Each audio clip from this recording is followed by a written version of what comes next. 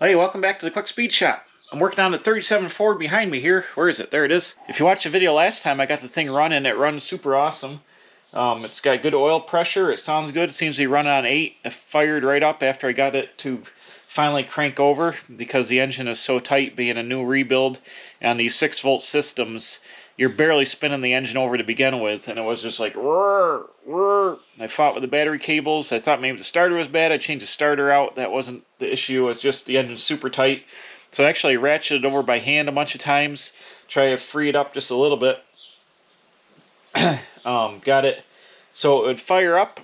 Got it to run. Ran it without coolant in it, just to make sure it was going to run before I took all the time to put the coolant system together. And so I put the coolant, the radiator, the up radiator hoses, the thermostats, filled it up with about 4.5 gallons of coolant off camera. Ran it some more. It runs good, but I've got issues. It's leaking coolant everywhere. So I bought this radiator at Hershey. The guy took it out of a car. They were doing something else with me, building a street rod. He said it was good. I should have checked it for leaks before I put it in the car and filled it up with antifreeze because the bottom tank leaks. It's got a pretty substantial drip. For some reason it fixed itself and it stopped dripping now, but when the engine was running it was dripping. I also have some coolant leaks. I had these reproduction hose clamps here that I bought from Dennis Carpenter. Well, they leak down here in the heads. You need a little bit better clamping action, so I've swapped on some used hose clamps for now on the heads, but I got some new ones to put on there because I had a pretty good leak here. The water was running out the hose down onto the exhaust and steaming real bad. I thought I had like a crack in the block because I couldn't see the water coming down the block, but I determined it was this hose was leaking. You can see some stains here where it's leaking down the head. I got a leak there. On the passenger side of the engine, I took this head bolt out to put the coil on here. It's leaking coolant there. You can see this rag I got in here is soaked with antifreeze. That's leaking. I think I got some head bolts back here leaking. So I've got to do some leak prevention here. You got to seal the studs up on these flatheads, I guess. And I should have checked them or taken the bolts out because the sat so long resealed it. But I got some Permatex Formagasket sealant number 2, the non-hardening stuff, on the ham and the Ford barn. They said to use this on studs and or head bolts. So this doesn't really harden up, so I can take the bolts out one at a time and goop the threads up, stick them back in, then I'll have to retorque the heads. So I've got some of that. I also have some Teflon Permatex sealant for it's like liquid Teflon pretty much. I might brush some of that on there as well, crank them in there just to get the water to stop coming around the head bolts.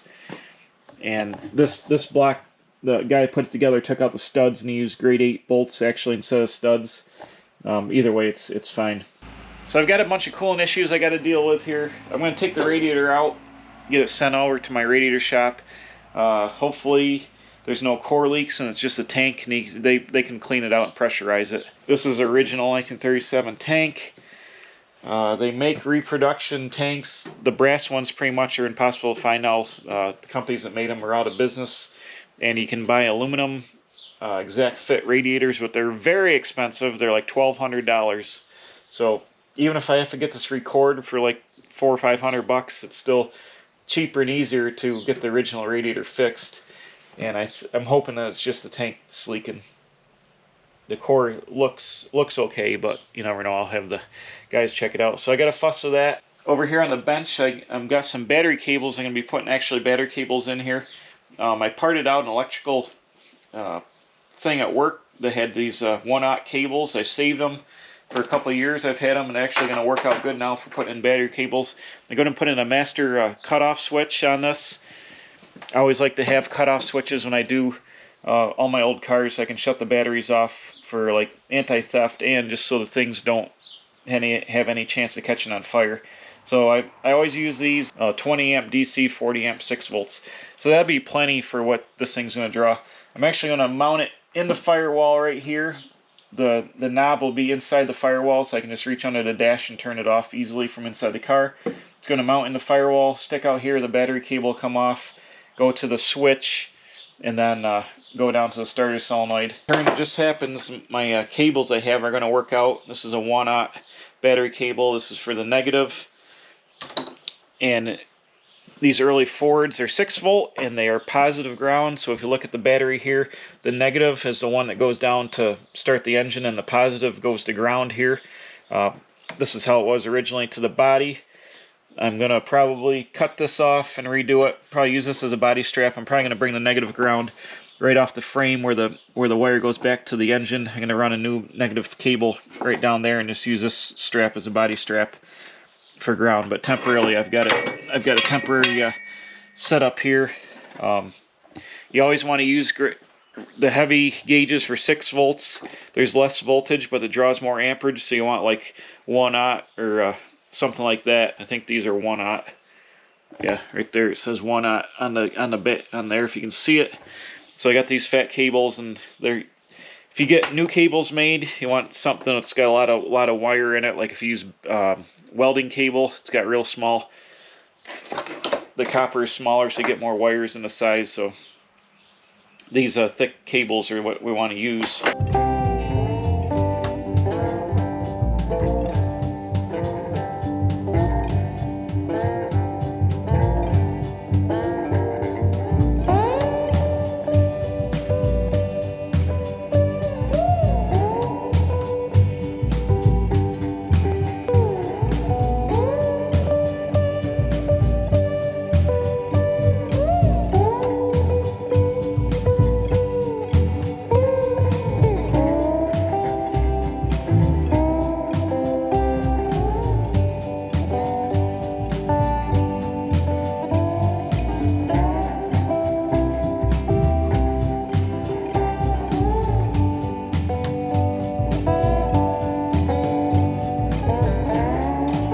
Copious amounts of draining and hose disconnecting, I've got the radiator ready to pull out here. I got a piece of cardboard kind of jammed in here so I don't bash the radiator and the generator, which is a struggle because it's hard to get this thing out of here.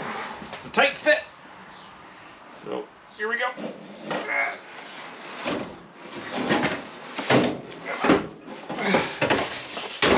Oh, crap on a cracker, got it. Alright. Man. Alright, here's the radiator. Looks like it had some damage soldered up here before, here between the tanks. But it was leaking out. Let's see, it was leaking out here. Yeah, right up here. I think it's got a leak here above this. The core's bad or something's bad, or maybe the pipe is cracked here. I don't know.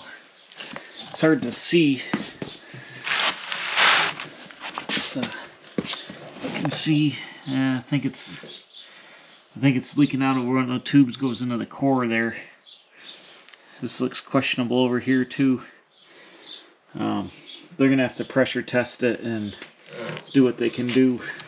I don't know if they'll have to get it recored or what, but it was definitely it's definitely leaking a lot. So bummer on that deal. Man, these things, this is a chore. Spilled antifreeze everywhere. The lower hoses are like impossible to get the radiator in. You gotta like bend them in half, and it's like a straight shot, and you can't kick the radiator head because it hits the grill. It's like impossible to get this thing in here and out. It wants to bash into the front of the alternator or the generator and wreck the face of the radiator. It's a pretty good chore. So now I got that out of the way, I'm gonna blow the engine off. It's got antifreeze all over it. Try to get that cleaned off, and then I can start taking these head studs out and cleaning them up and resealing them.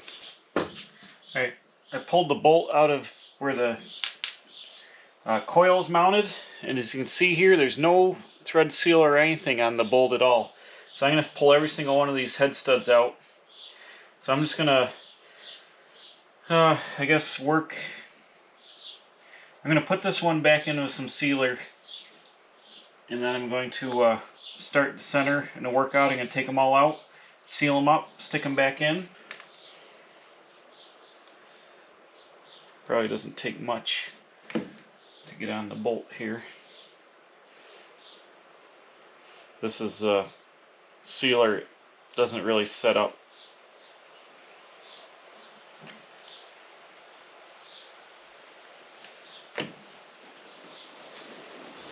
Oops, it's raining out. Big old fat rain. I guess we'll just coat the threads with a Permatex sealer.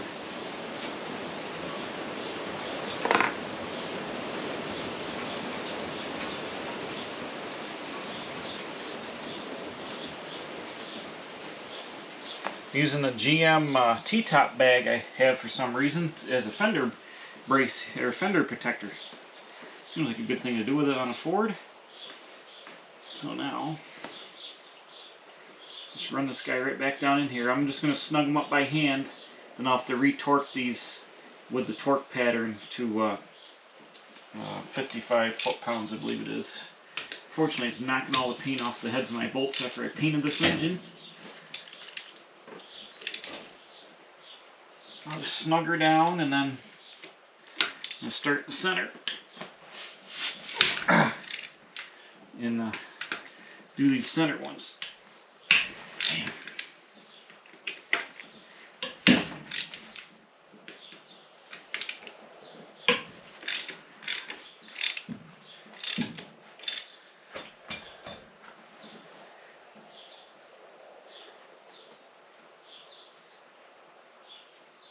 This one feels like it's got goo on it.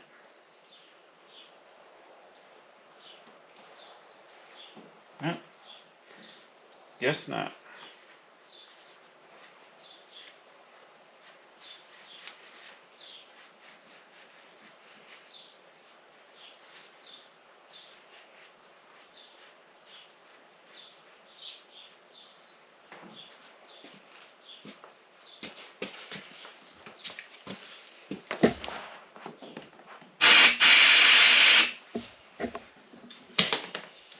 It's going to be a long, tedious process, so maybe I'll put you back up on some time lapse.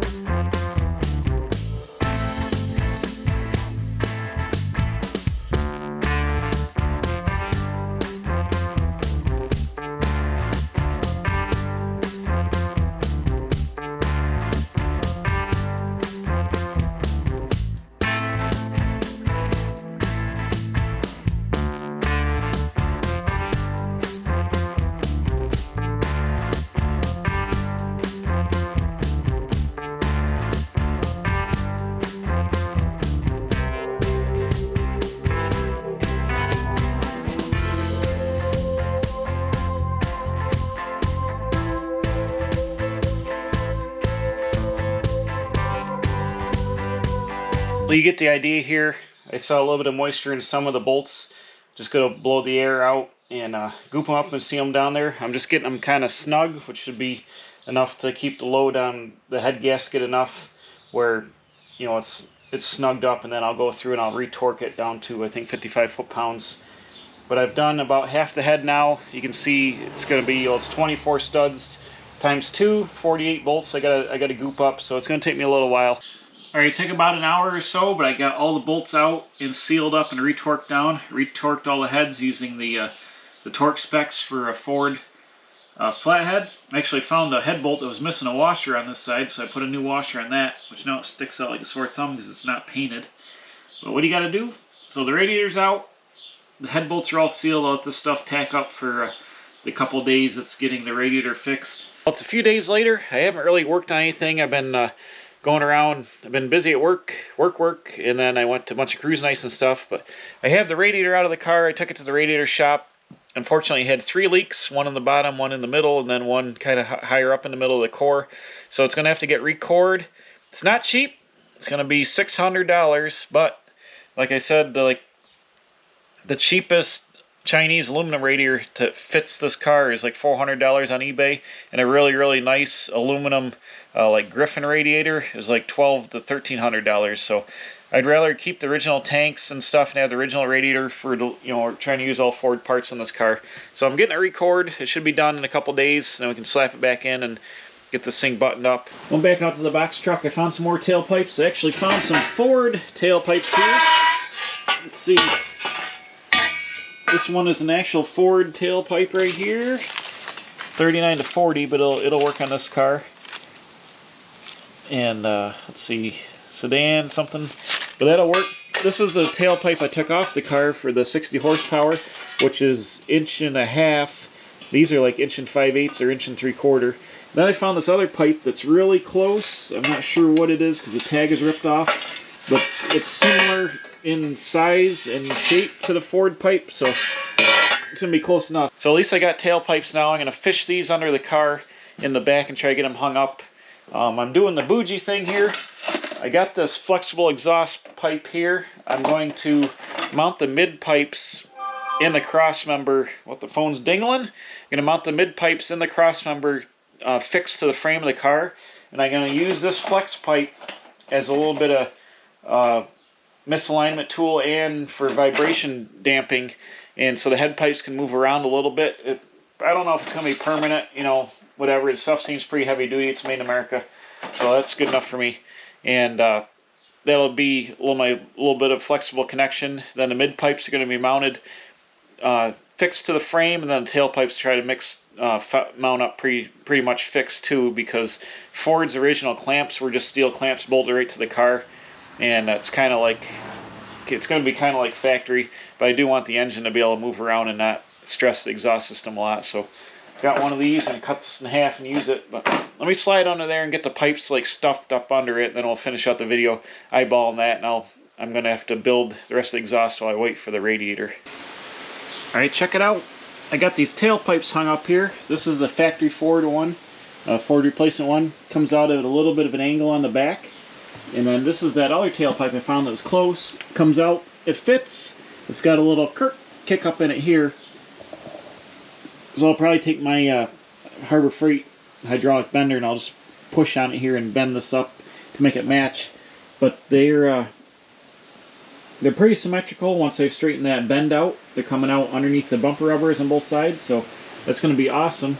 And what I'm going to do when I get this done, I've got these jeweled exhaust reflectors. This is the one that was on the car. See all the oil where the old 60 horsepower engine is running super wore out. The rings are wore right out of it. But these slip on over the tailpipes, like so, and they're in an exhaust deflector. I got this deflector piece, I bought this one at a swap meet to match, but they'll go right on here, something like that. And you'll have these chrome jeweled deflectors off the exhaust, so I'm going to put them on there. This will be like an aftermarket accessory from back in the day, but they'll be on the duals like that. That'll be super cool. Vintage accessory action. So underneath the car here you can see that the pipes fit past the gas tank. They go up into the hole for the frame there, good. Or, sorry, they go up into the frame hole. Good here, they fit, they're going to clear everything nicely. And then they come through the frame hole here, right by my fuel filter. This is where the mid pipe's going to hook on to the tailpipe here. And then I just need to make a mid pipe to go through the hole, and I'm going to use that flex connector to hook onto the head pipe over here. So right this hole here, I'll probably mount the mid pipe with a clamp solid to the frame, have the flex going through there, and then I'll probably make a clamp. Back in here somewhere to mount this where the oval is. Get this mounted up nice, and then it'll kick up over the rear end, and then there'll be a mount back by the deflector there in the back to hold the tailpipes and the mid pipes locked in a nice place so they don't rattle on anything. So that'll be good. But this pipe fits in here nice. The factory pipe on this side fits good. Kicks up around where it's supposed to kick up everywhere. And then it comes over here through the frame. I got my temporary mid pipe stuck in here, but this pipe will be about here, leveled up good, and then it'll mount just like that and go right out like it's supposed to, all the way through the correct way perfectly. Alright, well, to finish out the video, I'm going to show you I got the exhaust done. I didn't film any of it just because it was very tedious cutting and fitting and welding, getting it done here. Here are the pipes coming out. They come out in the factory well, the right side pipe comes out in the factory location. I mimicked it with the other pipe here, and they'll get some chrome exhaust tips eventually, but right now you can see the pipe is small. It's like 1.5 inch ID, and that's how you get the good flathead sound, by having the small diameter pipes, straight pipes all the way back from the engine. Get the space blanket, look under here. Ah. Okay, here's the head pipe here, and you see this piece of flex pipe here? I used a flex pipe to make a flexible connection so the engine can vibrate, and then the mid pipes and tail pipes are mounted solid to the car like they did originally. I made a new bracket out of flat stock here, welded it to the pipe and bolted it to the factory hole. So this stuff is, you know, corrugated, and it'll allow the pipes to move around a little bit. And it's a little bougie. This isn't a show car underneath here. Obviously, everything is original condition and scaly, so that's plenty good enough for what we're doing there. But then coming back behind that, I welded up a kick up here, a bend, a kick up, welded it up straight, and then it goes back to the clamp here, which is on the swedged end of the tailpipe. So then it goes all the way back there, up and over the axle. This side is, over here is the same thing. I've got the flexible pipe here clamped up with a bracket bolted to the frame. And then I tried to sweep the pipe around here because I got my fuel pump. Right here I got my fuel pump and the fuel filter. Got a temporary line for running the engine. But I think I'm going to make a heat shield that's going to mount on the frame. It'll come up and block up here, make a you know, a heat shield. This fuel filter will get hooked back up to the main line when I put the tank online, but right now I'm running it off a temporary hose just to get the engine running and break stuff in. So that's going to be good. So I'll make a heat shield for that. Then you can see the pipe goes back up and kicks over, and they both poke out evenly. It's super awesome. It came out good. This is all new old stock tail pipes out of my box truck, which I bought at a estate sale a few years ago. Probably about 20 or 30 pipes.